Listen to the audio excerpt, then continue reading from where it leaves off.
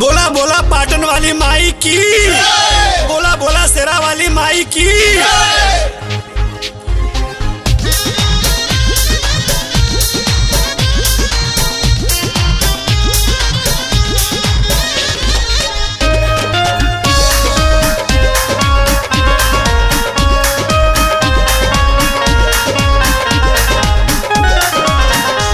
गैली पाटन के हमेला भक्तन के लागल रहल रेला, तो वही पाटन बीचे पियवा मोर हेराइलिए मैया, वही पाटन बीचे पियवा मोर हेराइलिए मैया, हेराइलिए मैया, हेराइलिए मैया, हेराइलिए मैया,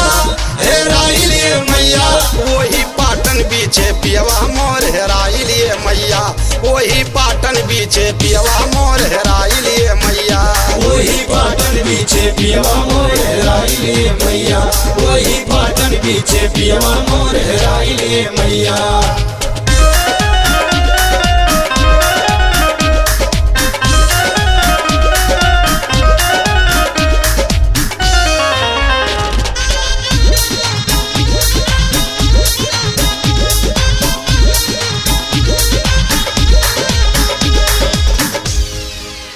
पाटन में पियवा हेराइलिए बाबू कि पियवा के खोजे हम निकली भिनसार में, तुलसीपुर गए सड़ी पचपेड़वा में खोजत हम, वहाँ से चल गईली बढ़नी बाजार में, भैली गाड़ी में सवार पहुँची उसका के बाजार, रोई रोई बोली बचनिया पियवा मोर हेराइलिए मैया, रोई रोई बोली बचनिया पियवा मोर हेराइलिए मैया, रोई रोई बोली बचनिया पियवा मोर हेराइलिए मैया, हेराइलिए मैया,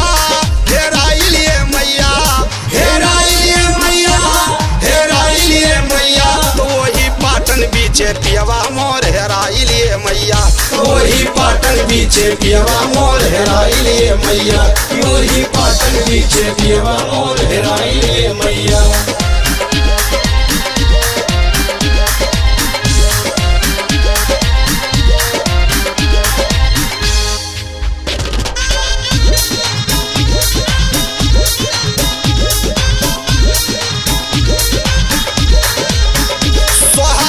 सिद्धार्थ नगर बासी में खोजिला,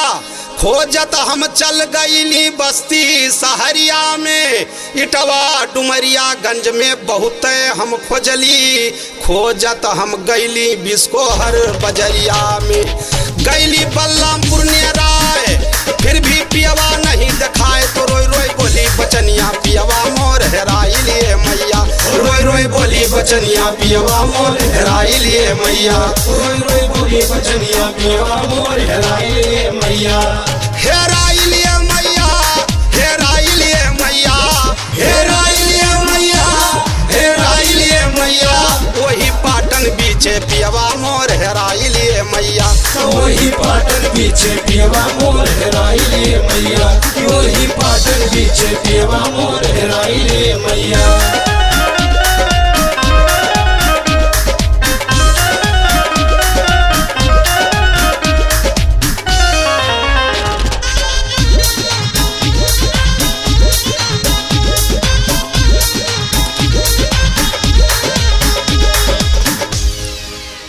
उतरौला मनिकापुर गोंडा में खोजिला, खोजत हम चल गईली बहराइच नानपारा में, भिन गायको नासरा बस्ती में खोजत हम पा गईली पियवा के सिरिया किनारा में, पियवा गईल रहल दुबराई लिखे रत्नाकर बिसड़ू गाई, हंस के कहे चरनिया, हंस के कहे चरनिया पियवा मोर हेराइलिए मैया, वही पाटन बीचे पियवा मोर हेराइलिए मैया, हेराइलिए मैया, हेराइलिए मैया, हेराइलिए मैया, हेराइलिए मैया, वही पाटन बीचे पियवा मोर हेराइलिए मैया, वही पाटन बीचे पियवा मोर हेराइलिए मैया, वही पाटन बीचे पियवा मोर हेराइलिए मैया।